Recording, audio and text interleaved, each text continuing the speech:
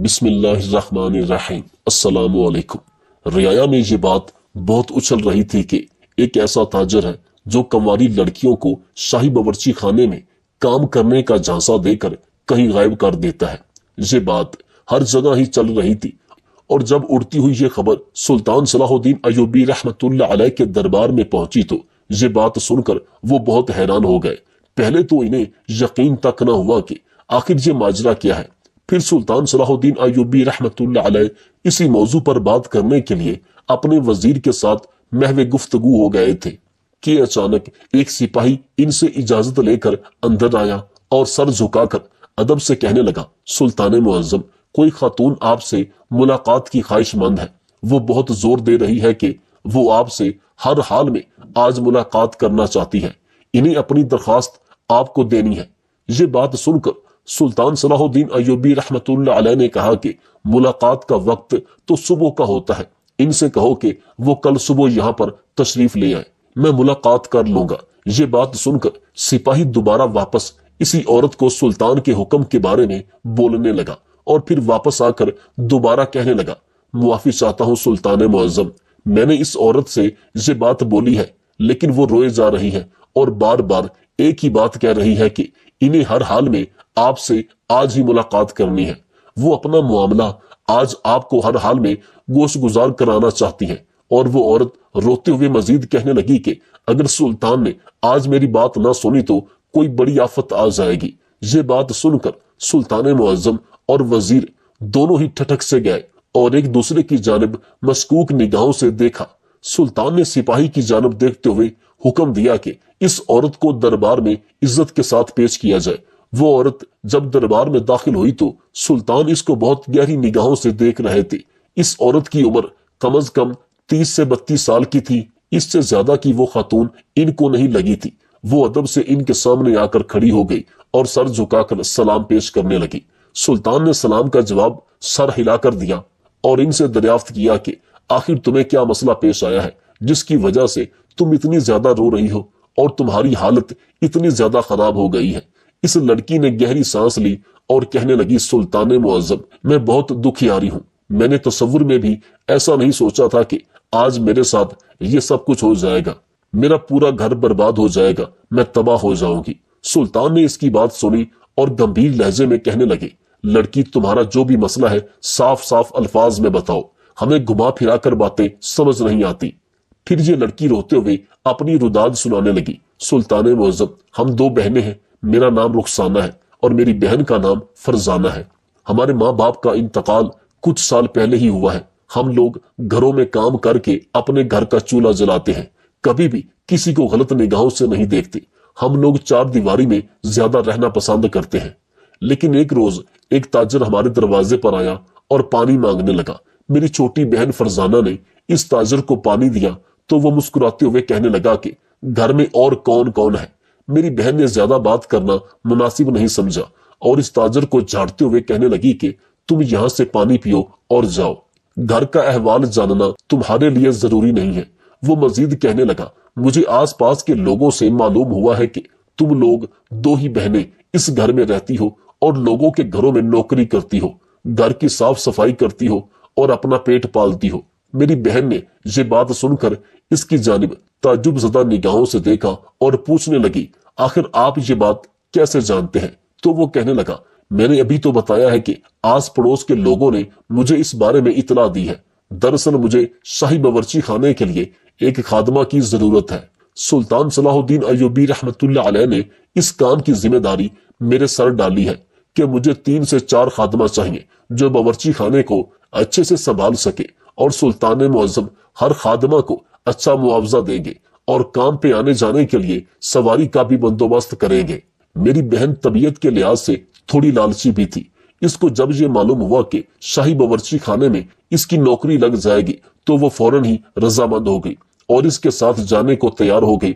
मुझे जब वो अंदर बताने के लिए आई तो वो यकदम ही ठठक गई थी कि ऐसा कौन है जिसको शाही खादमाओं की जरूरत पड़ी है। मुझे ये सब कुछ ठीक नहीं लग रहा था।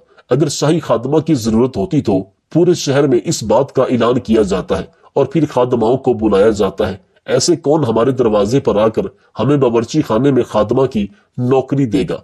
میں نے یہ بات اپنی بہن کو سمجھائی تھی، لیکن اس نے میری بات کو سننا ضروری نہیں سمجھا اور مجھے کہنے لگی کہ تم میری کامیابی سے جل رہی ہو، اس وجہ سے مجھے روک رہی ہو۔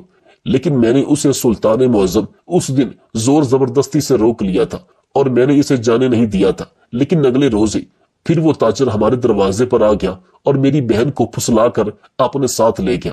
اس دن بھی سلطان معظم میں نے فرزانہ کو روکنے کی ہر ممکن کوشش کی تھی، لیکن اس نے میری بات سننا ضروری ہی نہیں سمجھا۔ رات دیر تک میں اس کا انتظار کرتی رہی، لیکن میری بہن واپس ہی نہیں آئی۔ اس وجہ سے مجھے بے چینی ہو رہی تھی۔ میں نے دربار میں آ کر اپنی بہن کے بارے میں دریافت کرنا چاہا تو سب نے یہی بول دیا کہ یہاں پر فرزانہ نامی کوئی لڑکی کام نہیں کرتی ہے۔ یہ بات سن کر سلطان معظم میرے احسان خطا ہو گئے۔ میں نے فوراً ہی ان کو سارا حوالہ دیا کہ آپ کا ایک ملازم ہمارے پاس آیا تھا اور میری بہن کو ملازمہ کی نوکری دینے کی خاطر محل لے آیا تھا، لیکن یہاں پر وہ موجود نہیں۔ سلطان معظم، میں نے جب اس آدمی کو دیکھا تھا، مجھے دیکھتے ہی شک ہوا تھا کہ وہ آدمی کوئی بہروپیہ ہے اور میری بہن کے ساتھ کچھ اور ہی کرنے کا سوچ رہا ہے۔ خدارا، میرے پاس اس کے علاوہ کوئی اور رشتہ باقی نہیں ہے۔ ہم جیسے بھی ہیں دونوں ایک دوسرے کے لیے کافی ہیں۔ میں آپ کے آگے ہاتھ جوڑتی ہوں، میری بہن کو مجھے لوٹا دیں اور اس بہروپیوں کو پکڑ لیں جو بہت سی کنواری لڑکیوں کو شاہی باورچی خانہ میں کام کرنے کا جھانسا دے کر نہ جانے کہاں غائب کرتا پھر رہا ہے، اور نہ جانے ان لڑکیوں کے ساتھ کیا سلوک کرتا ہوگا، کیونکہ سلطان معظم وہ بہروپیہ آپ کا نام استعمال کر کے غریب لڑکیوں کو روزگار کا جھانسا دے کر ان کی زندگیوں کے ساتھ کھلواڑ کر رہا ہوگا، جس سے آپ کی اور اسلامی سلطنت کی بدنامی ہو رہی ہے۔ سلطان صلاح الدین ایوبی رحمت اللہ علیہ کو اپنی رگیں پھولتی ہوئی محسوس ہو رہی تھی۔ ایک اور کیس ان کے سامنے آ چکا تھا۔ انہیں اب سمجھ ہی نہیں آ رہا تھا کہ اب کیا کرنا ہے۔ سلطان نے اس لڑکی کو یقین دلایا کہ اس کی بہن بہت جلد اس کے پاس موجود ہوگی، تم پریشان نہ ہو اور اپنے گھر کو لوٹ جاؤ۔ لڑکی کے جانے کے بعد سلطان نے وزیر کو حکم دیا کہ فوراً ہی اس تاجر کو پکڑ کر یہاں لایا جائے۔ میں خود اس تاجر سے سوال جواب کروں گا کہ آخر وہ یہ تماشا کیوں کرتا پھر رہا ہے۔ میری رعایا کی لڑکیوں کو کون ہے وہ بہروپیہ جو یہ سب تماشا کر رہا ہے؟ یہ بات سن کر وزیر نے ادب سے سر جھکایا اور اس تاجر کو ڈھونڈنے کے لیے نکل گیا۔ وزیر کے جانے کے بعد سلطان گہری سوچ میں مبتلا ہو چکے تھے۔ انہیں سمجھ ہی نہیں آ رہا تھا کہ آخر کون ہے یہ تاجر جو ان کی رعایا کی لڑکیوں کو ان کے ہی شاہی باورچی خانے کا جھانسا دے کر غائب کر رہا ہے، اور یہ بات ان کے لیے بہت حیران کن تھی۔ آخر کو وہ تاجر لڑکیوں کو کہاں غائب کرتا ہے کہ وہ ملتی ہی نہیں۔ ان کی آنکھوں کے سامنے ایسے بہت سے مسئلے آ گئے تھے جس کی وجہ سے انہوں نے فوراً ہی یہ کام وزیر کے سپرد کیا تھا، اور وزیر نے مزید سپاہیوں کے قافلے بنا کر پوری سلطنت میں اس تاجر کو تلاش کرنے میں لگا دیے کہ اس تاجر باورچی کو ڈھونڈا جائے۔ اگلے روز صبح کے وقت جب عدالت لگی تو بہت سے دربار کے لوگ سلطان کے پاس اپنا مسئلہ لے کر آئے اور سلطان ان کو سلجھانے لگے، اور ان مسائل کے اندر 2 سے 3 لوگ ایسے بھی آئے تھے جن کے گھر کی بچیاں ایسے ہی ایک تاجر نے غائب کی تھی۔ سلطان نے جب تمام مسائل حل کر دیے تو وزیر کی جانب دیکھتے ہوئے پوچھا کہ وہ تاجر کہاں ہے جس کو لانے کے لیے میں نے تمہیں حکم دیا تھا۔ یہ بات سن کر وزیر بولا، سلطان معظم، دن رات کی چھان بین کرنے کے بعد آخرکار وہ تاجر آ چکا ہے، بس آپ کے حکم کی دیر ہے، اس کو آپ کے دربار میں پیش کر دیا جائے گا۔ یہ بات سن کر سلطان صلاح الدین ایوبی رحمت اللہ علیہ نے حکم دیا کہ فوراً ہی اس تاجر کو شاہی دربار میں پیش کیا جائے تاکہ میں اس تاجر سے اس بارے میں دریافت کر پاؤں کہ آخر وہ یہ تماشا کیوں کر رہا تھا اور یہ لڑکیاں کہاں غائب کرتا پھر رہا ہے۔ فوراً ہی وہ تاجر سر جھکا کر سلطان کے سامنے حاضر ہو گیا۔ سلطان نے گرجتی ہوئی آواز میں اس تاجر سے دریافت کیا، اے تاجر، میں یہ کیا سن رہا ہوں کہ تم کنواری لڑکیوں کو باورچی خانے میں کام کرنے کے جھانسے دے رہے ہو اور اس کے بعد ان کو اپنے ساتھ لے جانے کے بعد غائب کر دیتے ہو، اور شاہی باورچی خانے میں کوئی لڑکی نہیں آتی جس کو تم اپنے ساتھ لے کر آتے ہو۔ یہ بات سن کر وہ فوراً ہی پورے اعتماد لہجے میں کہنے لگا، سلطان معظم، آپ کو کوئی غلط فہمی ہوئی ہے، میں ہرگز یہ کام نہیں کرتا، میں تو بس اپنے کام سے کام رکھنے والا آدمی ہوں، میں ایک تاجر ہوں اور اپنا وہی تجارت کا کام کرتا ہوں، آپ کے شاہی باورچی خانے کے بارے میں مجھے کہاں علم ہوگا؟ وزیر صاحب میرے پاس آئے تھے اور مجھے اپنے ساتھ آنے کے لیے بولا تھا، تو اس وجہ سے آپ کی حاضری میں حاضر ہو گیا۔ नहीं तो मुझे बहुत से काम हैं। मैं यहाँ पर अपने सारे जरूरी काम छोड़ कर आया हूँ और पीछे मेरे बहुत से काम रुक चुके हैं। मेरे पास तो इतना वक्त नहीं होता कि मैं घरों में जाकर लड़कियों को वहां से निकालूं और आगे गायब कर दूं। ये बात सुनकर इन्होंने ताज्जुब ज़दा निगाहों से वजीर की जानिब देखा। पूछने लगे, वजीर, कहीं आप किसी गलत आदमी को तो नहीं लेकर आए? तो वो कहने लगा, नहीं सुल्तान मुअज्जम, ये वही ताजर है जिसके बारे में लोग शिकायत कर रहे हैं कि इनके घर की बच्चियों को शाही बावर्ची खाने का झांसा देकर गायब कर देता है। रात गए तक वो लोग इनका इंतजार करते हैं, इसके बावजूद भी वो लोग घर नहीं आते, और जब यहाँ आकर मालूम किया जाता है तो यहाँ पर वो लोग कभी आए ही नहीं होते। सुल्तान ने एक बार फिर गरजती हुई आवाज में इस ताजर से दरियाफ्त किया, झूठ से मुझे सख्त नफरत है। अगर तुम अपनी जिंदगी चाहते हो तो सच बताओ कि आखिर वो लड़कियां कहाँ पर मौजूद हैं। अगर तुम सच बोल दोगे तो तुम्हारी सजा में थोड़ी कमी आ जाएगी, लेकिन अगर तुम मुझे ऐसी ही बातों में उलझा कर रहोगे तो यकीन मानो मैं तुम्हें सजाए मौत देने से पीछे नहीं हटूंगा। सारे घर की बेटियों की इज्जत सांझी होती है और तुम नहीं जानते कि तुम किसकी सल्तनत में खड़े हो। आज तुम किसकी बेटी की इज्जत को खराब करने की कोशिश करोगे, कल को तुम्हारे घर में भी खवातीन होंगी, वो भी महफूज नहीं रह सकेंगी। ये बात सुनकर वो ताजर हत्थे से उखड़ गया और कहने लगा, सुल्तान मुअज्जम, आपकी बातों का मतलब मैं बिल्कुल नहीं समझ पा रहा हूँ। आप मुझ पर बेवजह इस तरीके से इल्जाम तराशी नहीं कर सकते। मैंने किसी की बेटी को झांसा देकर कहीं गायब नहीं किया। मैं बहन बेटी वाला हूँ। मुझे इस बात का इल्म है कि लड़कियों की इज्जत कितनी नाजुक होती है, और मैं जानता हूँ अगर आज मैं किसी की बहन और बेटी की इज्जत को खराब करूंगा, कल मकाफाते अमल के तौर पर मेरे साथ भी यही होगा। मैं ये सब करने के बारे में सोच भी नहीं सकता। सुल्तान मुअज्जम, इस वजह से मैंने आज तक किसी की भी बच्ची को मेरी निगाहों से नहीं देखा। इसका पुरएतमाद लहजा और यकीन भरी आंखें सुल्तान को एहसास दिला रही थी कि शायद वजीर किसी गलत ताजर को अपने साथ ले आया है। इस वजह से इन्होंने बिना दूसरी बात किए इस ताजर को वहां से जाने के लिए बोल दिया। ताजर के चले जाने के बाद वजीर की तरफ मतवज्जे हुए इनसे कहने लगे, वजीर, मुझे लगता है तुम किसी गलत बंदे को लेकर आ गए हो। ये इंसान बहुत पुरएतमाद और यकीन भरे लहजे में तमाम बातें कर रहा था। मुझे कहीं से भी ये शक में नहीं डाल कर गया। मुझे समझ नहीं आ रहा कि आखिर लोग इसके बारे में इस तरीके की बातें क्यों कर रहे हैं। वजीर कहने लगा, सुल्तान मुअज्जम, हर दिखने वाली चीज सोना नहीं होती। इस तरीके से इंसान खुद को बहुत पुरएतमाद जाहिर करके हमें पागल भी बना सकता है। लड़कियां हमारी सल्तनत की गायब हो रही हैं, यकीनन ये बहुत बड़ी बात है। और ये आदमी जिस तरीके से पुरएतमाद लहजे में बात कर रहा था, हो सकता है कि यही चोर हो। ऐसी बातों पर इस इंसान को थोड़ा घबरा जाना चाहिए था। यकीनन इसको डरना भी चाहिए था। खौफ ज़दा लहजे में आपसे बात करनी चाहिए थी, लेकिन ये इंसान बहुत ज्यादा पुरएतमाद था। हो सकता है कि इसी में खोट हो जो हमें नजर ना आ रहा हो। वजीर की बात सुनकर सुल्तान सोचने पर मजबूर हो गए कि कहीं ना कहीं वजीर की बात ठीक थी। ऐसी हालत और ऐसी बातों पर कोई भी मामूली सा इंसान गड़बड़ा सकता था और इसके लहजे में खौफ का अंसर नुमाया हो सकता है। लेकिन यह ताजर बहुत पुरएतमाद था, इसके लहजे में जरा भी खौफ का अंसर दिखाई नहीं दे रहा था, और यही बात वजीर और सुल्तान को शक में मुब्तला कर रही थी। सुल्तान ने वजीर की जानिब देखते हुए कहा, आज से तुम इस इंसान पर नजर रखोगे। ये कहाँ जाता है, कहाँ नहीं जाता, किससे मिलता है, किससे नहीं मिलता, और किसके लिए ये काम करता है, इस पर तुम नजर रखोगे। मुझे जरा भी कोताही नहीं चाहिए, क्योंकि ये किसी की जिंदगी का मामला है। मैं किसी भी तौर पर इसको हल्के में नहीं लेना चाहता हूँ। ये बात सुनकर वजीर ने अदब से सारी इस बात में हिलाया और वहां से चला गया। दिन मामूल की रफ्तार से गुजरने लगे और वो औरत एक बार फिर सुल्तान के दरबार में हाजिर होकर अपनी फरियाद करने लगी कि फरजाना को आप जल्द से जल्द ढूंढ ले। मुझे मेरी बहन बहुत याद आ रही है, न जाने वो किस हाल में होगी। आपने तो अभी तक कुछ नहीं किया है। आपने तो वादा किया था कि फरजाना जल्द मेरे पास होगी, लेकिन ऐसा तो कोई अंसर मुझे दिखाई नहीं दे रहा कि फरजाना मेरे पास आ जाएगी। सुल्तान ने इसको यकीन दिलाया कि तुम परेशान ना हो, इंशाअल्लाह फरजाना जल्द से जल्द तुम्हारे पास सही सलामत मौजूद होगी। हम पर यकीन रखो, हम इस पर तहकीकात कर रहे हैं।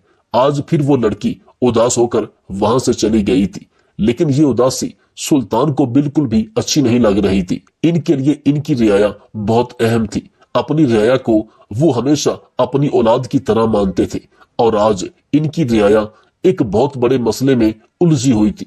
लेकिन जब से इन्होंने इस ताजर के साथ मुलाकात की थी, इसके बाद से कोई भी ऐसा केस इनके सामने नहीं आया था जिसमें कोई ताजर लड़कियों को झांसा देकर कहीं गायब कर देता। ये बात भी सोचने वाली थी। इस वाक़े को 5 दिन हो चुके थे। वजीर से इन्होंने दरियाफ्त किया कि इस ताजर के बारे में मालूमात कहां तक पहुंची है।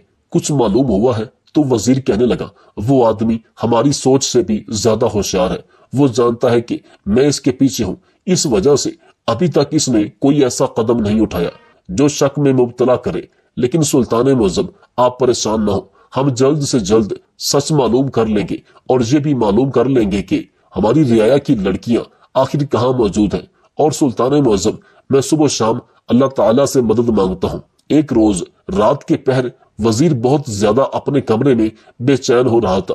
न जाने इसको नींद क्यों नहीं आ रही थी। इस वजह से वो टहलने की खातिर अपने कमरे का बिस्तर छोड़कर बाहर आ गया और बरामदे में टहलने लगा। इसे महसूस हुआ जैसे दरबार के अंदर कोई दाखिल हुआ हो और ये चीज इसे खटकने पर मजबूर कर रही थी। वो फौरन ही शाही दरबार के अंदर चला गया। इसने एक साया सा किचन के अंदर जाते हुए देखा।